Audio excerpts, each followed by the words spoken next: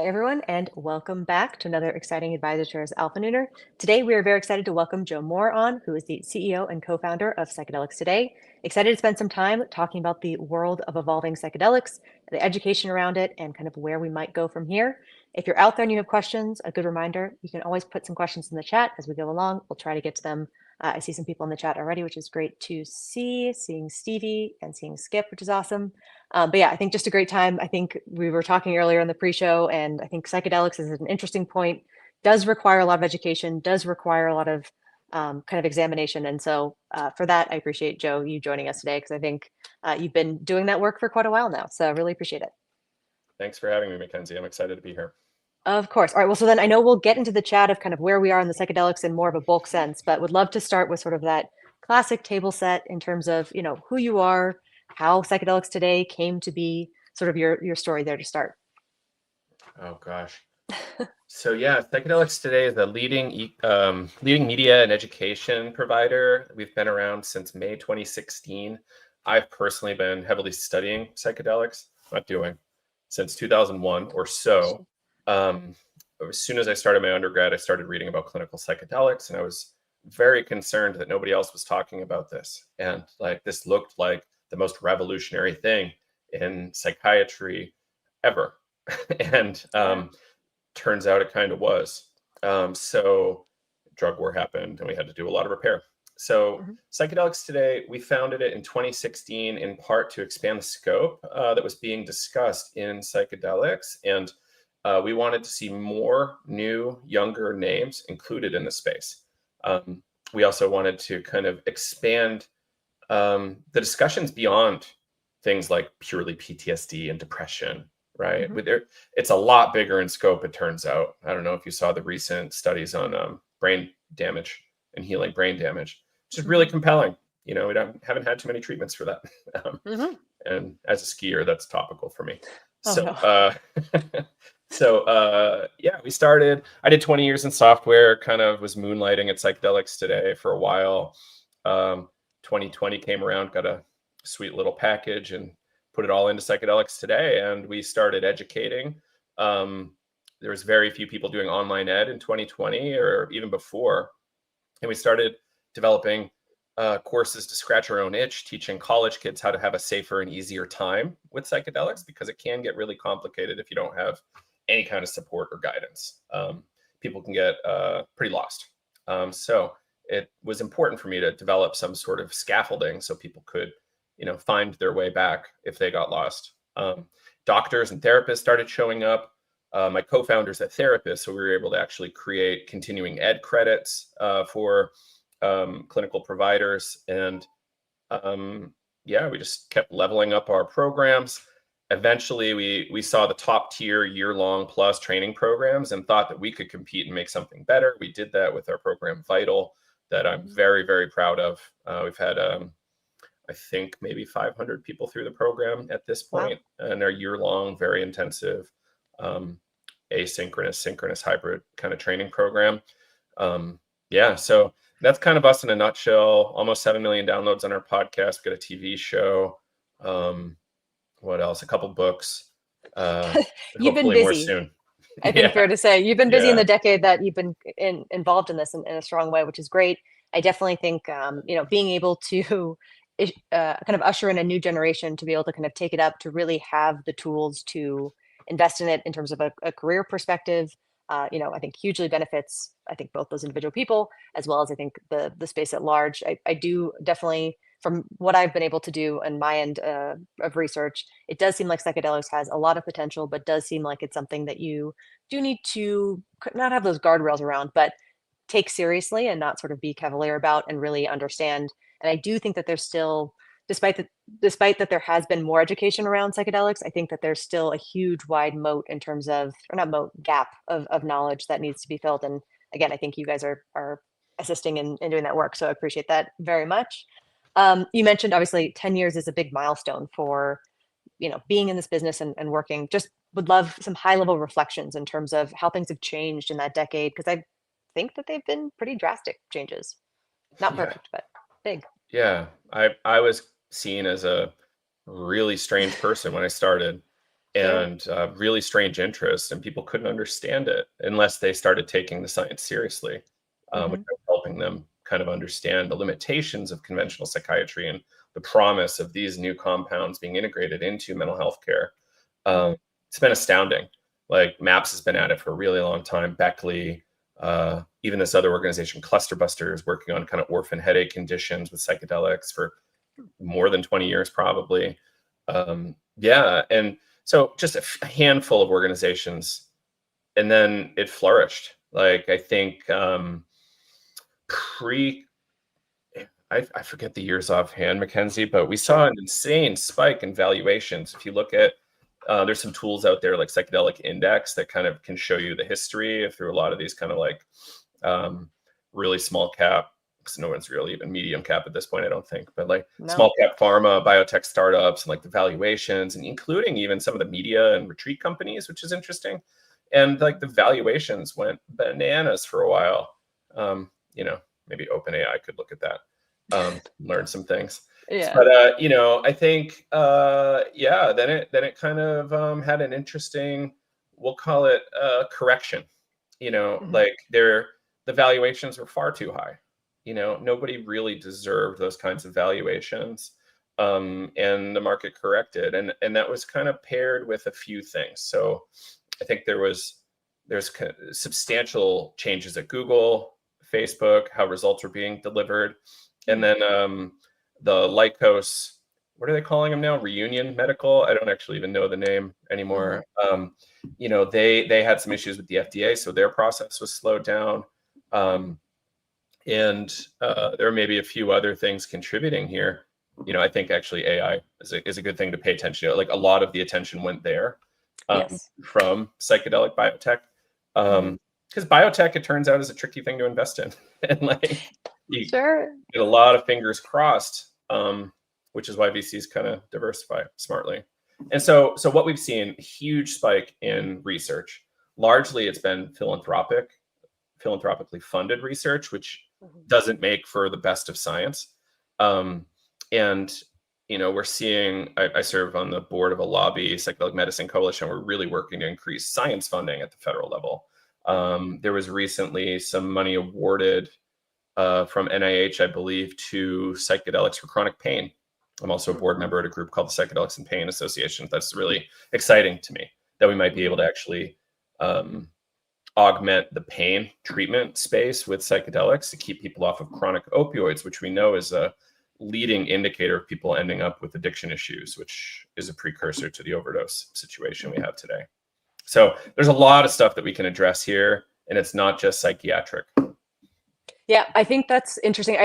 I know you mentioned trying to broaden beyond just sort of the kind of veterans view, or kind of just the most extreme treatments, I guess, required ultimately from the medical side. I do think that's probably where the money first flows, just because I think that's probably where people have the most, dire need, where things have been unmet. I know it seems like from a political angle and kind of from a regulation angle, there's been some pathways opened with the FDA fast tracking to try to help maybe address some of those more extreme things. But I do think in the world of psychedelics, that can, and I would imagine would or should, expand into kind of different categories as we kind of hopefully fund more research and find that possible. I am curious, I don't know if you have any view on it, but kind of how the funding might shift, the balance might shift and change, just because I know we had kind of some underfunding into the NIH and some of the sort of like government bodies that might have been providing that funding. But then I do think you see people who are in the current administration that seem supportive of these different avenues of psychedelics, which is interesting. I don't know. I don't know how to understand the current administration. I would Fair. love to. If anybody has Fair. any crystal balls, let me know. But like, Sure. from what I understand, yes, they're excited.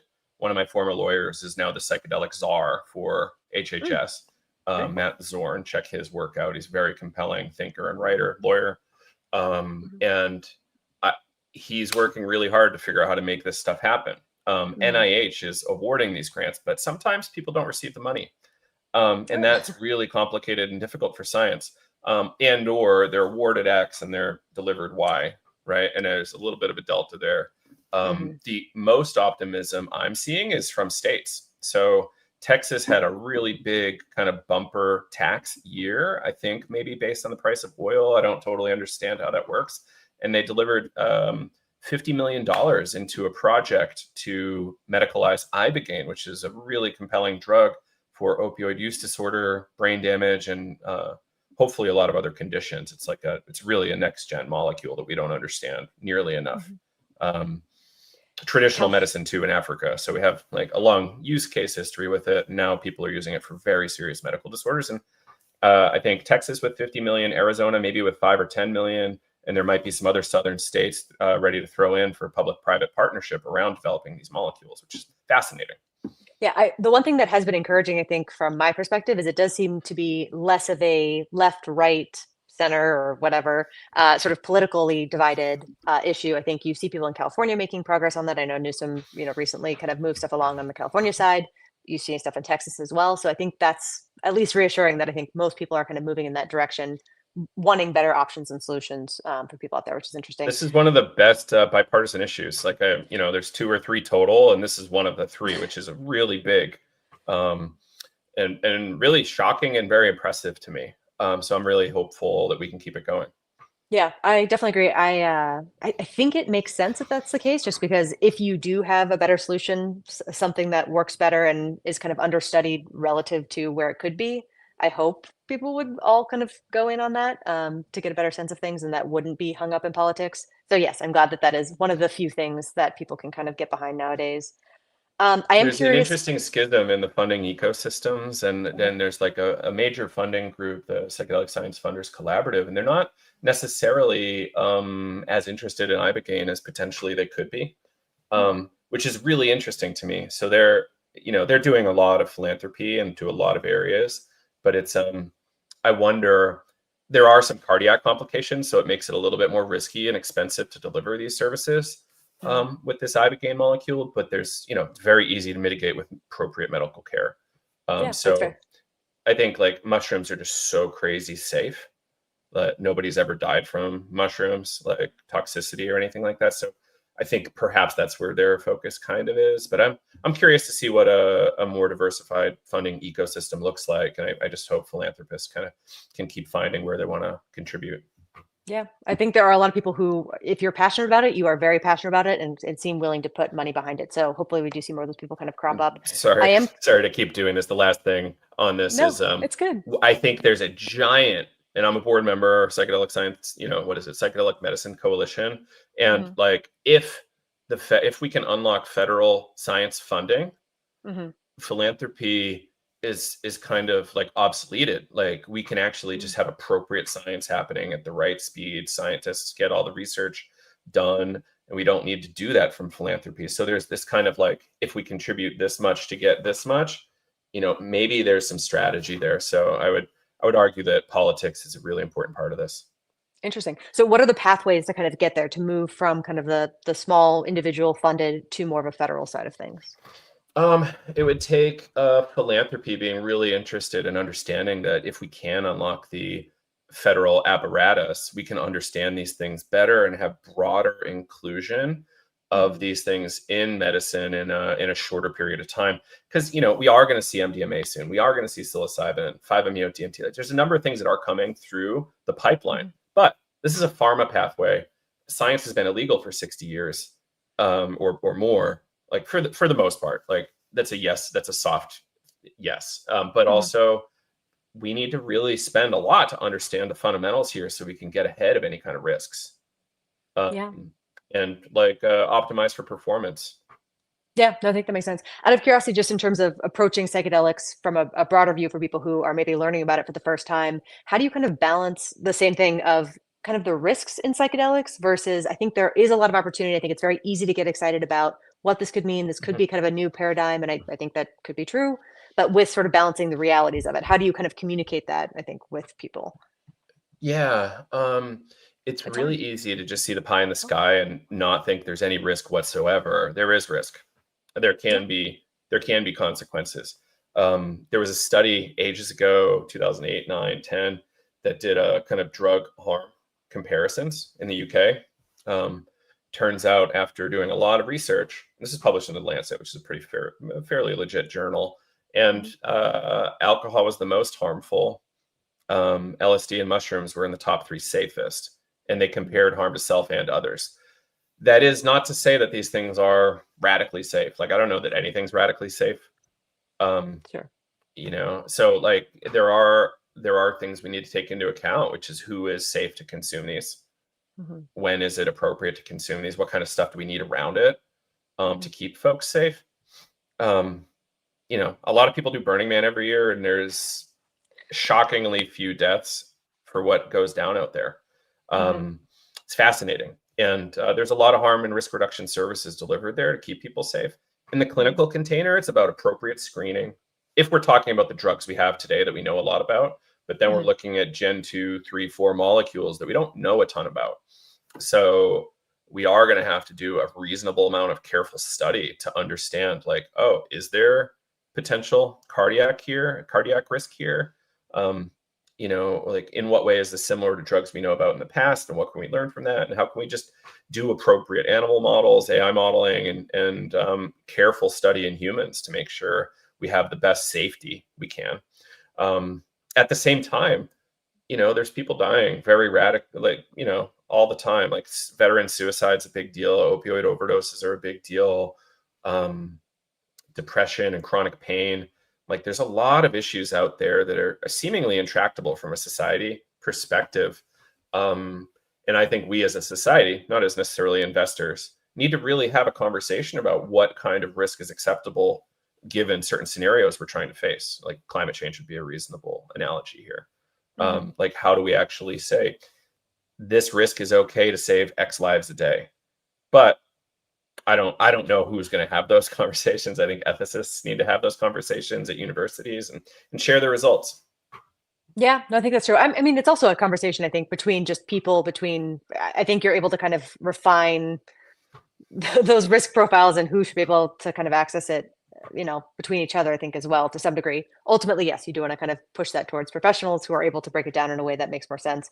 But I do think that's why we've seen a lot of the, not studies, but a lot of the access be available to people who the need is extremely urgent, whether it's sort of suicidality or, like you're saying, PTSD, or things where you need to do it. It's kind of your last kind of run at trying to fix things before things go very bad. But hopefully we do see that kind of trickle through into other elements in medicines, I think, in the future. And we want to be clear, like, people are risking freedom to get medical treatment, including veterans, are like breaking the law often, and or having to leave the country to get the treatment they want, sometimes illegally outside of the country, mind you. But also they're doing it here domestically at scale. It's all over DC. It's all over every major American city. There's probably at least 3 ayahuasca circles happening in every major American city every night. So it's a fascinating phenomenon to study. Yeah, no, for sure. What do you make of sort of the of that balance? I know there's been a lot of kind of decriminalization initiatives in the States. I think we have seen some ability to set up some clinics in the States, which has been very interesting. What do you kind of make of the progress made so far on that front? Slow but important.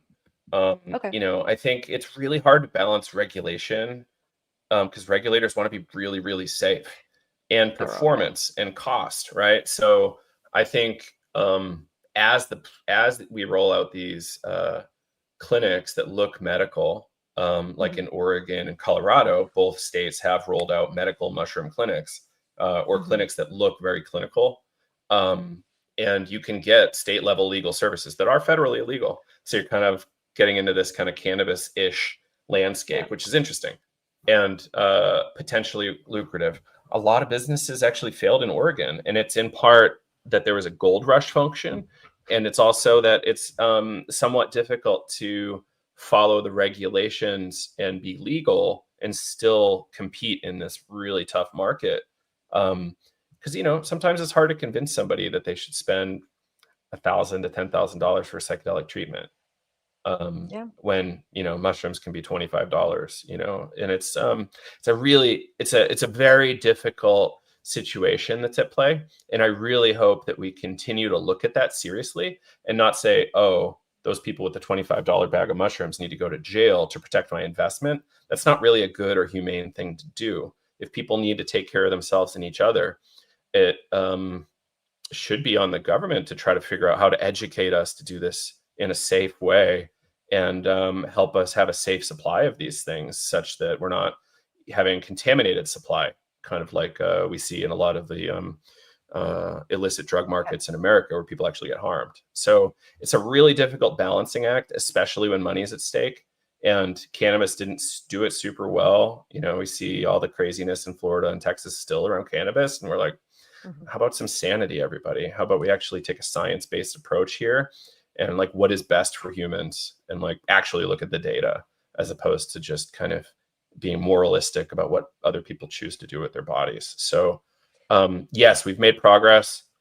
We have a long way to go. Colorado actually is on track to legalize ibogaine within a handful of years, if they can figure out how to get it in the country, which seems like they're all optimistic on it. Okay. But yeah, we would have medicalized clinics in Colorado, hopefully in a little over 2 years, maybe less, slightly, and treating people with one of the best treatments for opioid addiction we've ever seen. That's fantastic. Yeah, I definitely think criminalizing it, whether you're talking cannabis or psychedelics, not necessarily the best way to go. I think trying to find a way to regulate, trying to find a way to provide access to people who need it in conditions that they fully understand what they're using, how they're using it, safe, tested, all those things. Very important. Hopefully, we're Save us a moving lot there. of money I on think jail and hospitals. yeah, I know, but yes, that is true. That is true, and the social cost and all of that. I know. So yeah, hopefully we get there. But I do think there has been a turn in terms of sentiment on psychedelics, at least in the past 20 years is too long. So I'm going to say 10-ish years, because I think there are still some things that hang around in terms of stigma, I guess, ultimately, or sort of misunderstandings around psychedelics that are hard to kind of dispel. Are there any that like you constantly come across that because I think you try to educate around them, and I imagine you butt up against kind of similar themes. I'm curious. Yeah. So Michael Pollan's How to Change Your Mind was kind of the watershed moment for the scene. 2017, 2018 or so is when that came out. And yeah, mushrooms were highly featured. They were kind of the star of the show there. He did a bunch of other things illegally as a rich white man. So, you know, hopefully I can do whatever I want and write about it later. Sure. But, you know, this idea that they're dangerous or too risky, I hope was dispelled by that book and some of the other literature that's come out. Like, the risk profile is pretty acceptable when we look at other kind of medical treatments out there. Because what drug comes out that we've had 30, 40 years of experience with in science in the underground before it gets released? Like, nothing. Like, you know, we know so much about LSD, psychedelic mushrooms, psilocybe cubensis, and things like MDMA. And ketamine is now really popular. Not like it started as an anesthetic, dissociative anesthetic for surgeries and bone breaks and things like that. Turns out there was actual psychiatric benefit. And now there's clinics all over the place, sometimes running people through, you know, pretty rigorous treatments. And the performance is pretty good. And it's a very cheap drug, about 1 gram. Doctor cost, like clinic cost, about $7 per gram. Okay. And the treatments, the expensive part of the treatment is not the drug, it's the doctor and the insurance. So we're actually seeing really high rates. And we're seeing Spravato, which is a J&J approved drug for depression, treatment-resistant depression. I think it's one of J&J's blockbuster drugs.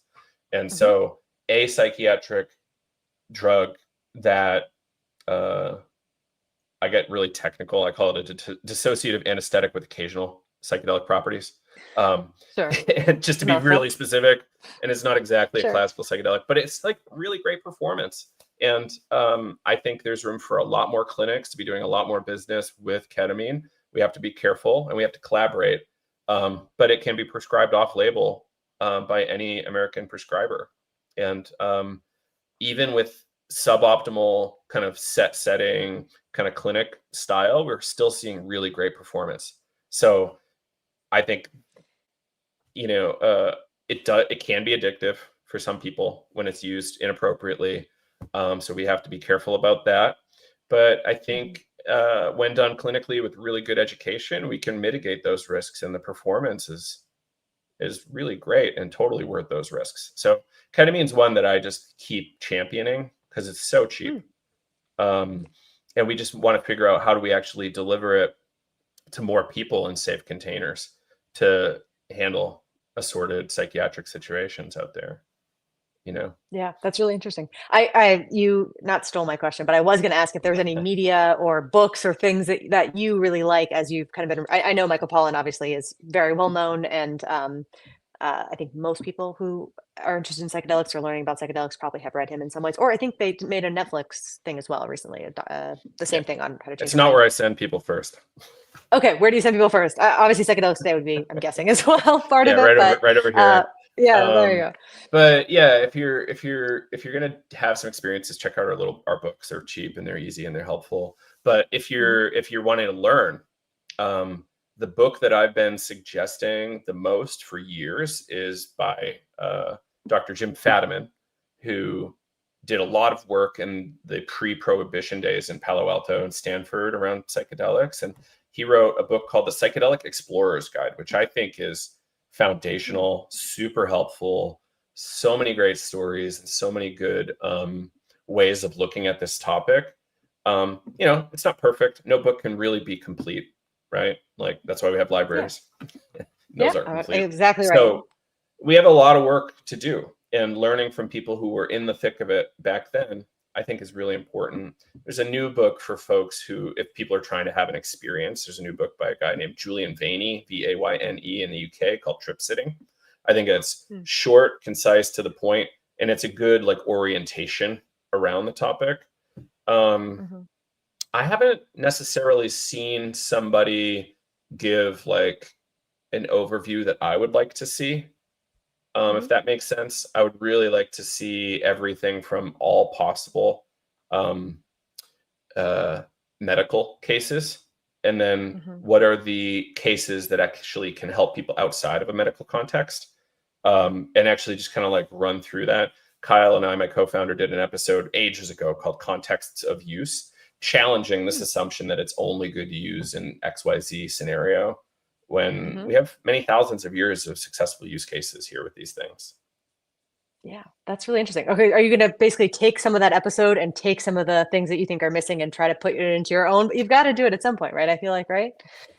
I know it's a lot of writing, and I know, yeah, fair enough. So what I'm doing now is I started a Substack, and I'm actually writing small essays to try to develop these ideas as individual pieces. And perhaps I can work on that and make it a more fleshed out thing. I have at least a handful of people that want me to write, that think we can get decent placement, but I'm like, if anybody wants to convince me, I'm open to being convinced. Just let me know. That's fair. Although I do think there's something to be said about meeting people in the medium that they're in. I think a lot of people use Substack, so trying to get where people are. I mean, I feel like so many books used to be published in serials, so it's almost the same thing where you can kind of tie it into a book at some point if you wanted. Yeah, so The Martian was done in a very participatory fashion. Exactly right. Yeah. Okay, that sounds good. I did want to hit on kind of where things are going next, but anything that I missed in terms of the current current psychedelics conversation today? I feel like there is an element of the global psychedelics kind of changing movement. I don't know if you have any thoughts there, but otherwise I'd love to hear kind of what's next. Let me go from states to global. So we're seeing interesting action in Massachusetts. Massachusetts seems to have legs. They failed to bring it to a successful conclusion in terms of legalization and decriminalization in their last attempt. I think it was in the fall, last fall. And now there's tons of bills getting looked at in Massachusetts that might actually make substantial progress. Really, really exciting. New Mexico is the first ever state to see medical psilocybin come across via a legislative approach. Legislators actually decided to do this. Cool. And then we're seeing the first ever indigenous-led decrim and legalization movement in Alaska. So we're actually coming up on a big fundraiser event, I think this upcoming weekend. They're going to do a 24-hour telethon. So check out my social channels if you want to learn more about that. And they need all the help they can get, but it would be the first ever indigenous legalization, which I think is radically important to help them take the power back. They've been really disempowered, and this is a really good thing too. New Mexico did some really good indigenous stuff as well, for what it's worth. Now, globally, Australia came across the finish line strong in a really weird way. I didn't expect it, but they just kind of out of the blue said, and I don't know how it happened. They've legalized psilocybin and MDMA for some clinical use cases. So full on normal psychiatric establishment. There are treatments available now in that country. They're quite expensive. Insurance reimbursement isn't there yet, but it's happening. Switzerland has actually kept legal compassionate use for LSD and I think a few other molecules for ages. That's been around for decades. So they're really quiet though. Swiss are somehow really subtle. I don't know, just I can't relate. European. Australians will be letting you know, the Swiss maybe a little less so. That's fair. Yeah. And then Netherlands has had a robust industry around legal psychedelic mushrooms. And then after that became illicit legal psychedelic truffles, so underground kind of things. And then they have a robust retreat market. They can't call it clinical, but you can go and have experiences. Recently, Czech Republic, I think, legalized some psychedelics. And then the Germans too. I forget which molecules the Germans pushed across the finish line. I think it was psilocybin particularly. But it's looking really interesting that we're going to see more and more countries come online. There's some clinics in Mexico, though the legislative, like the legal status is a little complicated. Like people will tell you the story and it's a weird one, but it works. Jamaica has legal mushrooms. And then there's some countries around the world where you can find really interesting legal blank spaces. Interesting. So sort of, again, that mounting movement towards at least looking into or kind of trying to fit it into the current systems in different countries. Yeah. Interesting. And like if we look at legal stem cell markets and medical tourism, like we can draw a lot of analogies to how much money these countries could stand to make off of Americans and Europeans selling these services. Yeah, interesting. Okay, that's interesting to think about, and I think interesting just sort of to take it from a global perspective and global stage, because I think there has been a lot of focus in the U.S. I think the veterans element has definitely, really raised it in terms of urgency, and I think that's where a lot of the headlines been around. But I think it is important to remember it is not just focused here, even though obviously in the U.S. we think we're the center of the world. But yeah, it can. And I hope moms can take center stage beyond veterans. I think there's more moms and veterans out there, and like. Women's health is a really underfunded thing. If you take a look at it, the funding from NIH has been really tragically low, and a lot of women are getting a lot of help from psychedelics. So I think we really need to look at that and bring women more front and center. Yeah, interesting. Is that sort of I think I had heard something about post-delivery getting something like ketamine, like severely reduced your like ability to have not PTSD, postpartum depression. Postpartum depression. I've not seen that, but that's really interesting. Okay. I would love to see that if you find it later. If I find it, I'll email you or DM you on it. But yeah, I think I'd come across that too. But yeah, that's interesting. But Mackenzie, that's another thing. The amount of science coming out is staggering. I can't keep up. Great. I used to be able to keep up because there was a paper or three a month. And now it's too much. That's great. That's where you want to be. Okay, amazing. Well, so, then maybe let's take us back to psychedelics today in terms of like, again, what you're working on, what you're doing, how you're kind of bringing this education and, having your own projects as well that you're working on. Would love to kind of touch base again on where you are and where kind of, what you're looking at for the next, call it 3 years, something like that. And it's an arbitrary time frame, but something in terms of the nearest future, what you're looking at and what people should be. So we have a really well recognized brand, really prestigious, and a very prestigious education brand, Vital. And we're looking at ways in which we can partner with some universities because there's it's a lot for a university to take on to develop their own program. And a lot are. It's a pretty expensive project and, why recreate the wheel? So we're really open to that kind of thing. We've chatted with a few schools and hopefully we can bring those conversations a little bit more forward. We're trying to figure out how to integrate our student pipeline with clinics that are operating around the world. So getting our students real world experience in clinical settings sooner, as opposed to, just go to your local ayahuasca church or whatever, which is fine. But also, I think diversity of experience matters. Like in med school, you do rotations, right? So it's good to get that ER rotation. So we're looking at that kind of thing. I would really, really, really like to serve the Latin America market in terms of media and education.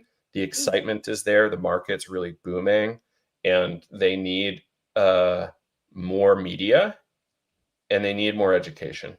And I think sharing what we do here in the States with different markets would be great, and including obviously folks from those regions would be really important too. So you can get like an appropriate slant on that.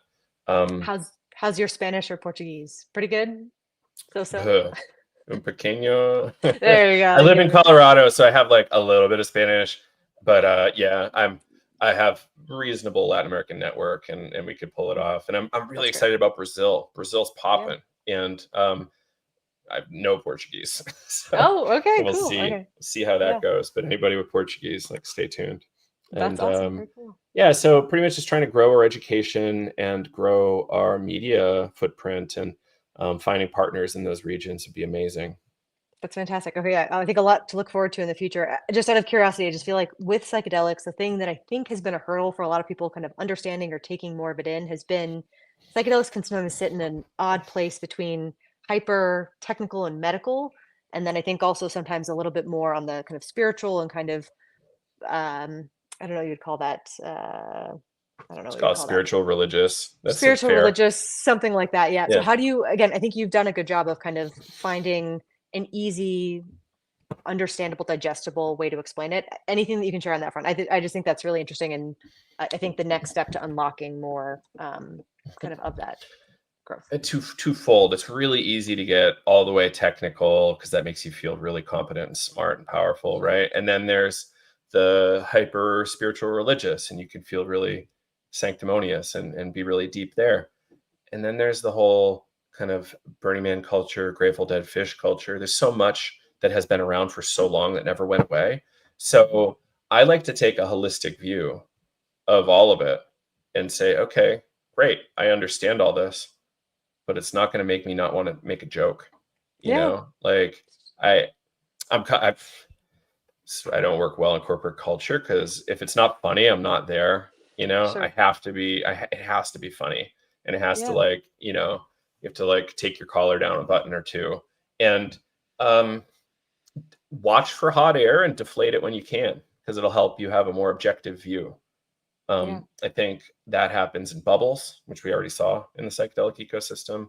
There's definitely some fraudsters doing the Canadian markets thing, which I think, you know, what is that? It's just a very different set of rules up there that allow people to do pump and dumps. And just watch for those. You know, how do you know? I don't know. I don't do investment for a living, but there's ways to analyze that. And then, like, it's just taking a holistic view, understanding that people are people, even if they're here. You know, if something's brand new and shiny, sharks are going to be there too. Yeah, you know, that is a good analogy. Right? It's important. It's special in some ways, but it's not all the way special and all the way unique. There's still people here. There's still markets here. You're intersecting with underground markets and legacy operators and so many things, and biotech, right? Like J&J came in. AbbVie recently did that $1.2 billion acquisition of Gilgamesh for their ibogaine. What's the right word here? Analog. Yes, that is exactly the right word. Nice. Yeah, that's true. Okay, that's all very exciting. No, I think that's a great approach. And I think that's why it works well. I think having that human element, not being too self-serious and kind of getting caught up in inflating yourself, trying to really just cut through and give people some information wherever they are and however they're kind of coming to it. So I think that's great. I am curious. So where you'd point people, obviously, to psychedelics today. I think, again, the podcasts, I think, are great in terms of breaking that down. I did also see you guys have sort of a navigators section, which is sort of a plus version. Curious also, like, who that's for, or, you know, a little more information there would be cool too. Yeah. Largely, our world is for those who take this topic very seriously. You know, if you're just trying to find like the next ayahuasca retreat in Costa Rica, like, cool, you can come in, but it's like you might be served better elsewhere. Like, we want to have people like physicians, like therapists, like underground guides, like biotech investors that actually want to understand this stuff holistically to get the best performance, and people who are just deep in the culture. want to be with each other. So largely we started it because we needed a place for our alumni to be. And then we wanted to develop that community further and give them plus content. So we're doing masterminds and ad-free podcasts and all sorts of meetups, book clubs, film clubs, things like that, and office hours. So, if you don't want to pay my hourly, you can come in and join that and still get some time with me. There you go. That's fantastic. All right. Well, then again, for anyone who's out there who's trying to learn more about psychedelics and kind of the evolving world, I think from obviously a clinician perspective as well, I think is interesting. Definitely would point you towards, Psychedelics Today to learn more there. Podcast interesting, Substack. And again, if the Navigators is a fit, which is great. But yeah, I would echo Skip as well. Thanks for your time, Joe. Really appreciate it. Really, I think some great stuff. And I think an area that really demands a lot of attention and education. So appreciate you doing the work out there and the book recommendations as well. Can't complain about those. All right. With all that said, thanks so much. And we will catch you soon. Thank you. Really appreciate it.